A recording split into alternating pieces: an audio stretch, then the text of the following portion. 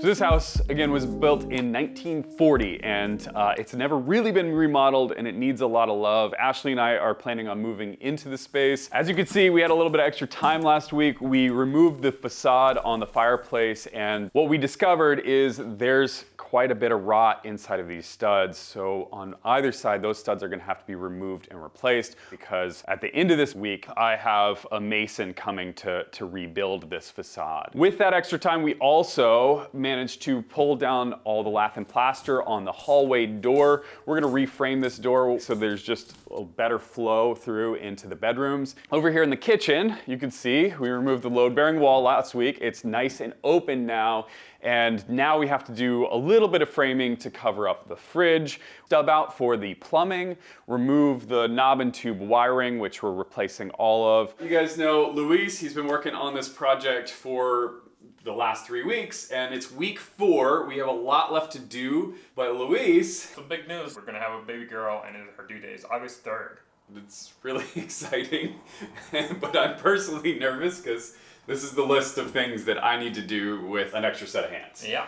So we're just gonna work up until the last minute and see how much we can get done before Luis has to go and take some time off. Yep, let's get to it.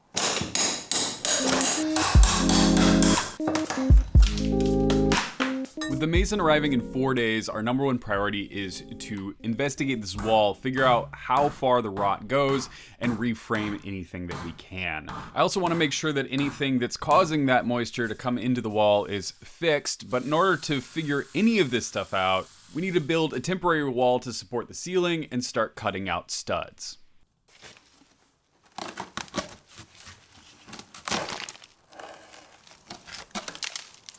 The first stud came out alarmingly easily, and then the next few, it took just cutting a couple nails with a Sawzall to get them to release.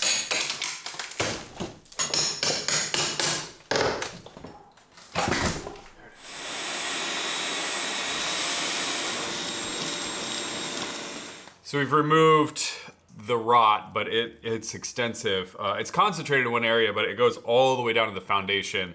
In a way, it's kind of a good thing because now we'll rebuild from the foundation up, but I'm also realizing that the best way to rebuild from there is to actually go outside. So we're gonna have to remove some of the siding. Hopefully it's not a lot, but I think we can stitch it back in.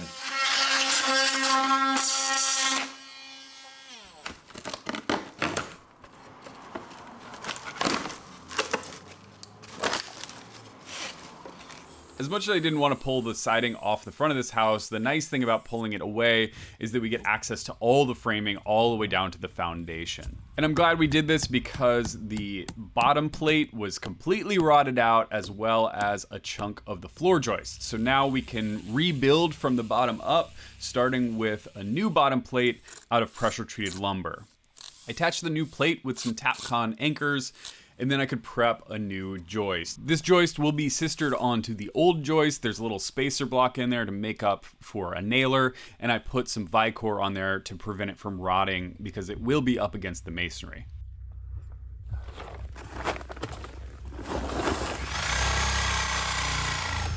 Back underneath the house, we cut out this little piece of blocking that was in our way. Success. Very good. And then Luis could slide in the new joist from the outside. Whoa, whoa, whoa, whoa. Okay. Back it up. You're in the gas pipe. Okay, good. You can go forward now. Sub 4. Okay. I had some Rockler one-handed bar clamps left inside of the crawl space when I was down there before doing the plumbing, and that held the joist into place while I peppered it with nails. And I'll go back through it with some structural screws to make sure it's nice and strong. The next thing to replace is the rim joist. This was rotted out pretty well as well, so we made a clean cut on it and replaced it with a new piece of pressure treated. Now typically you would house wrap the outside of a house with tar paper or Tyvek. I used Vicor in this case because it was such a small area and wrapped it over the top of the masonry as well as over the top of the new framing.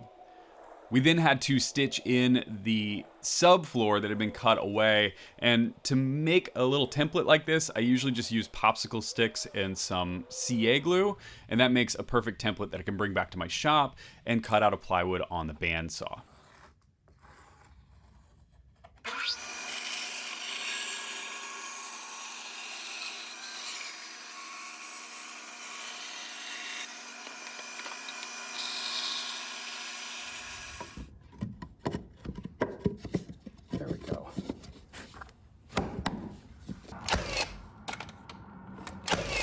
With the subfloor nailed in, we can continue working our way up. I put in a new bottom plate and decided to use pressure treated wood for the rest of the framing because I didn't want it to rot ever again. So we put a couple of 2x4s together, nailed them up, and this is gonna form the post that's gonna support the header.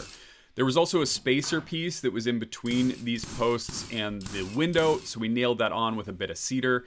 I'm essentially copying the framing that was there before.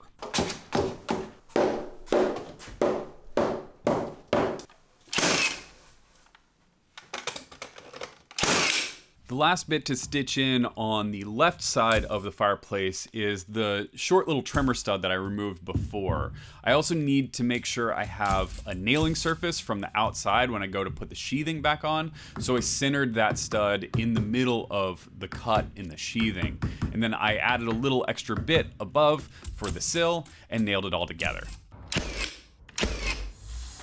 The rot on the right side was not nearly as bad as the left. I only had to remove one stud that was rotted and cut out a little bit of the subfloor and the bottom plate. This is really good news because we can't access it from the outside because the front porch is right outside the front. So fortunately, we just had to replace the subfloor with a new piece of plywood and build up from there.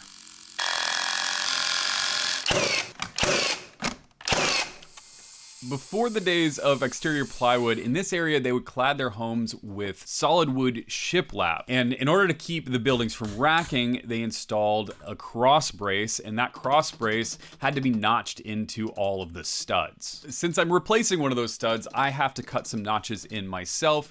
Ideally, these would be cut at the angle of the shiplap, but because we're retrofitting, I have to cut it straight so we can slip it in from the side.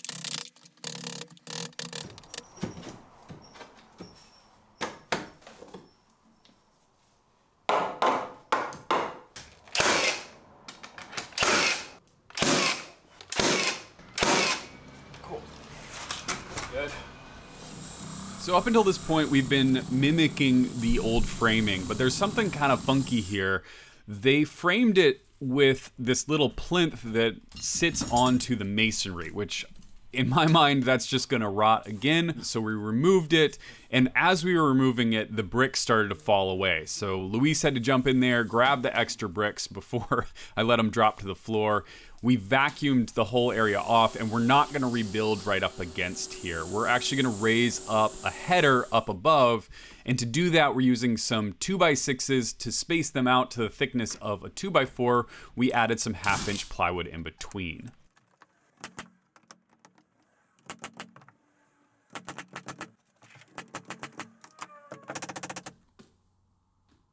Another strange thing about the old framing is that they didn't have any jack studs to support that plinth that was there above. They just put all the weight directly on the fireplace.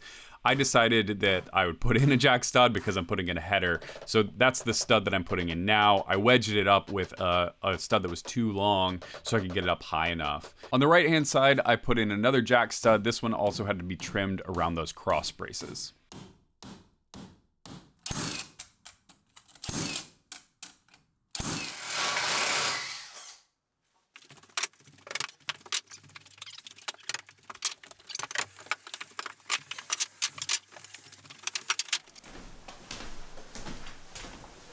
The wall didn't fall down. Nope. Move the hearth tile, check. Shore up the ceiling, check. Remove and replace studs, that's a big one, check. Add moisture barrier, we kind of did that. We'll add more once the mason's here. Okay, so we have the wall for the fireplace is reframed and looking great. Now we're gonna move on to this wall, which also needs to be reframed. This is more just for flow. We had a framed doorway in here in the beginning, and it just felt really claustrophobic. So we're gonna open up this hallway all the way to this wall, and we're also gonna maximize our space because we're gonna put a built-in here down the road. There's a linen closet, which is extremely deep, and deep closets for me, you just lose stuff in the back of them. So we're actually gonna punch into this closet, put a built-in in here. In order to do that, we need to put a header in above and a post down here. The woodworking geek in me got really excited when I took out the shelving inside of the closet. It's all old growth Douglas fir, super tight grain, vertical grain, rift sawn. It is really beautiful stuff, and now I have tons of it. There's no way that this is going back into the closet.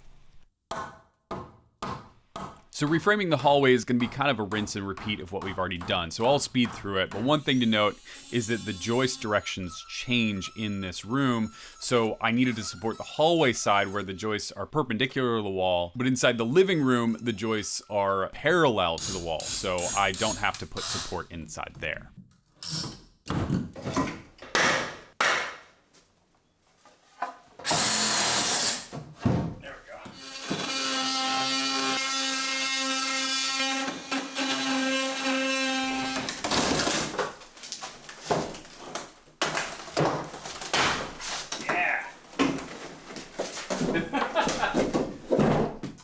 It's pretty funny to see this house restructured. I'm very used to the flow of it, and it's wild to be able to see through the back of the closet. I really want the hallway wall to flow seamlessly into the living room, and there's a 2x4 in the way where we need to put a post to support the new header. Now, my concern is that we're gonna cut into this and realize that that 2x4 has been nailed into the lath and plaster, which could damage the wall inside of the bathroom. It's definitely not. Ooh, That's lucky. You lucked out. I'm gonna fall. Fortunately, we got lucky and there were no nails on the other side.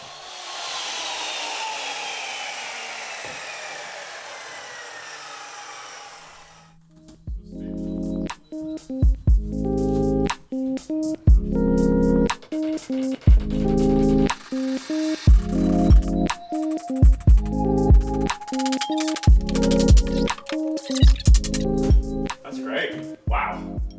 All right. To build a stud to support the header on the right-hand side, I nailed together two 2x4s to mimic the 2x4s that were in the wall before. One thing to note about my framing is that you'll notice I'm hammering everything into place, and that's just to prevent the ceiling from sagging. All of these loads are loads, and I need to make sure that there's no gaps between my framing, so the best thing to do is to cut them a little bit long and hammer them in. One thing that was a little bit of a surprise to me was that this closet wall was a 2x2 framed wall. They must have just wanted to maximize the space. So it's a pretty thin wall, and I decided to nail in the 2x4 in the opposite direction to give it a little more strength. Now by doing that, I have to add a 1/2 inch shim in between those 2x4s, and I realized that the wall was not plumb. So in order to plumb it up, I added some more shims in between the shim and the 2x4, and as soon as the wall was trued up, I could nail through all the layers.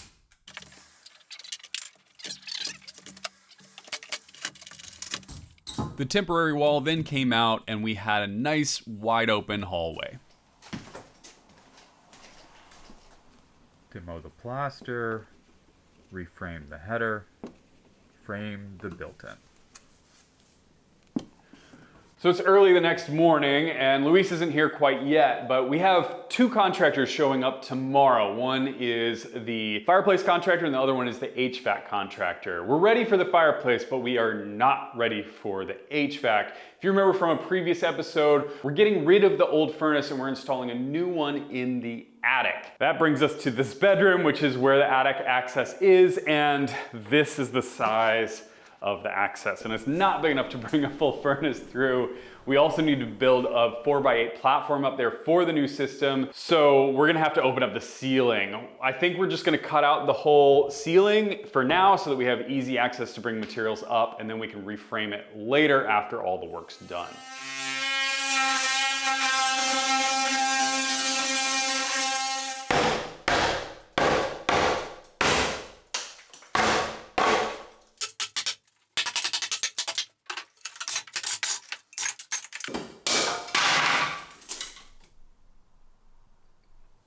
With the ceiling removed, there was one pesky joist in the way, and it decided to just cut it out.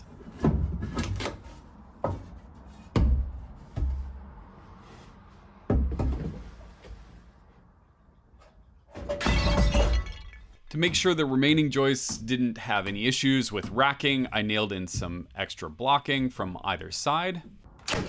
and we could get to work on the platform.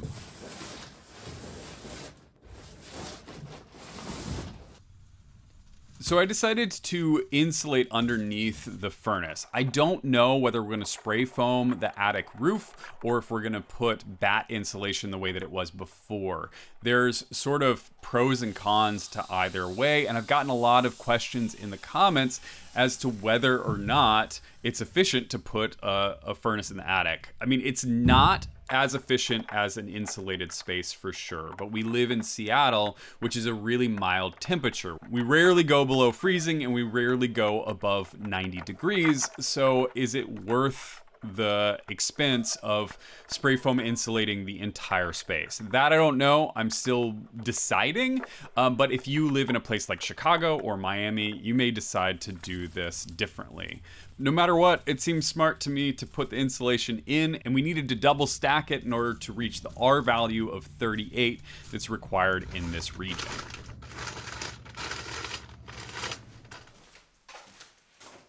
With the platform built and insulated, Luis handed up a couple sheets of plywood to clad it, and then we had our 4x8 platform ready to go for the furnace tomorrow.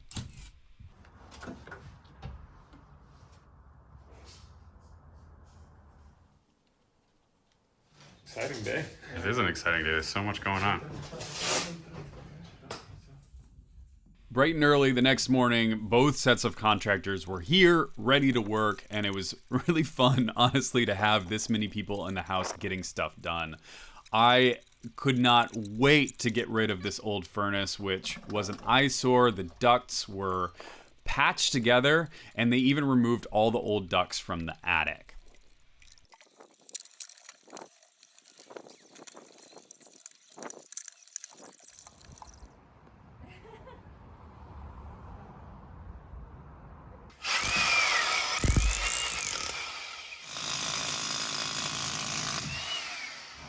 So you called it Hearts and Checks? Hearts and Checks, yep. That's cool. I've always liked the look of this brick. I didn't know the history of it though.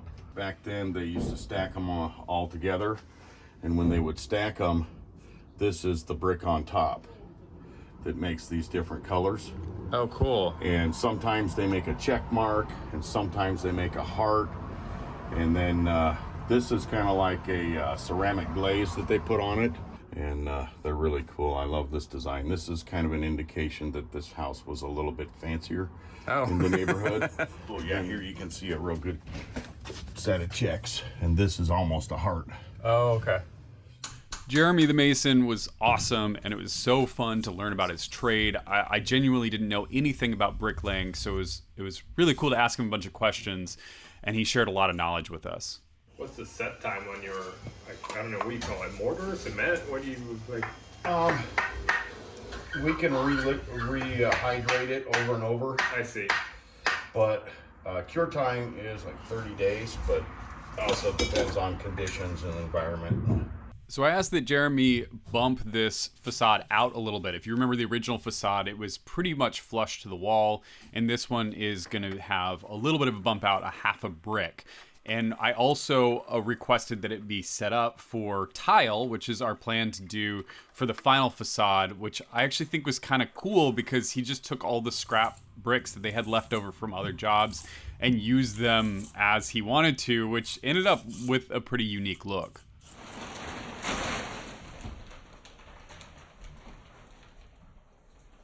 I think we can almost pull it out. Yeah, I think so too. And if you lift it straight up, yeah, there we go. And then bring it back down. As much as I just wanted to sit there and watch the masonry go in, I was also working on all the plumbing.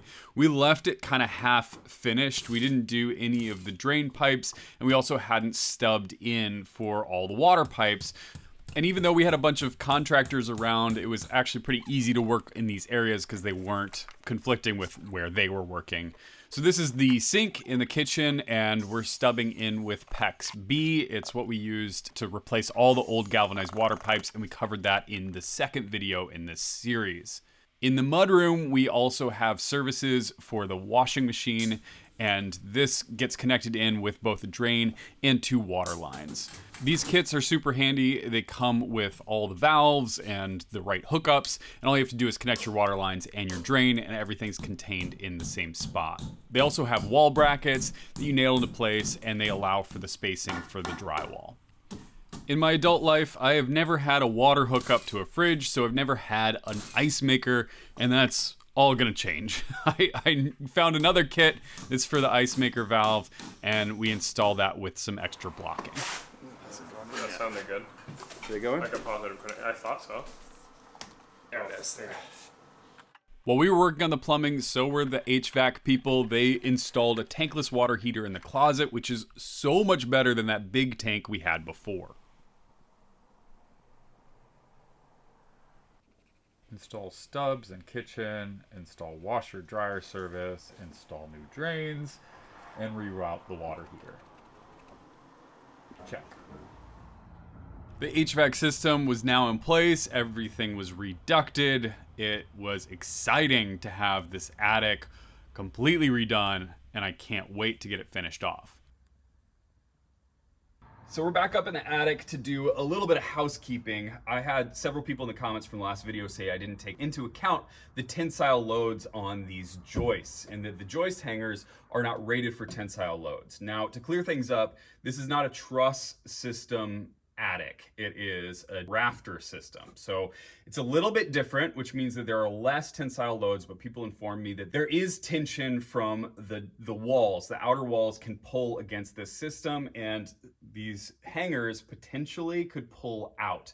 Now, I used screws, not nails, for these hangers, which makes them a lot less likely to pull away. But just to make sure that I've crossed every T and dotted every I added in these tension hangers. These are gonna pull in towards the beam, and so there's not gonna be any loosening up over time. Now, I did consult with an engineer before doing any of this work, and I recommend everybody do the same. He did not recommend this, but that's not to say that this doesn't add a lot of strength. So thank you to folks in the comments, and hopefully this clears everything up.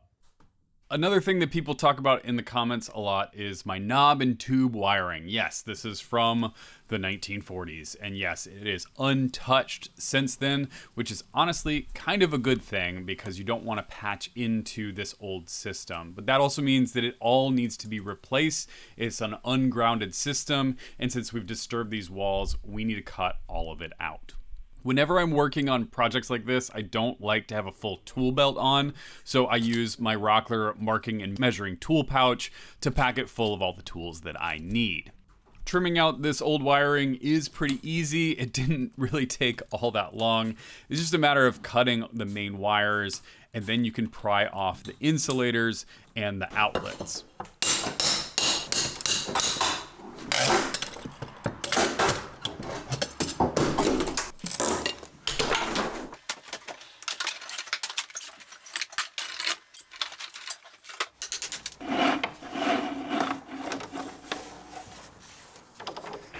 Demo knob and tube, place new outlets, pull wire.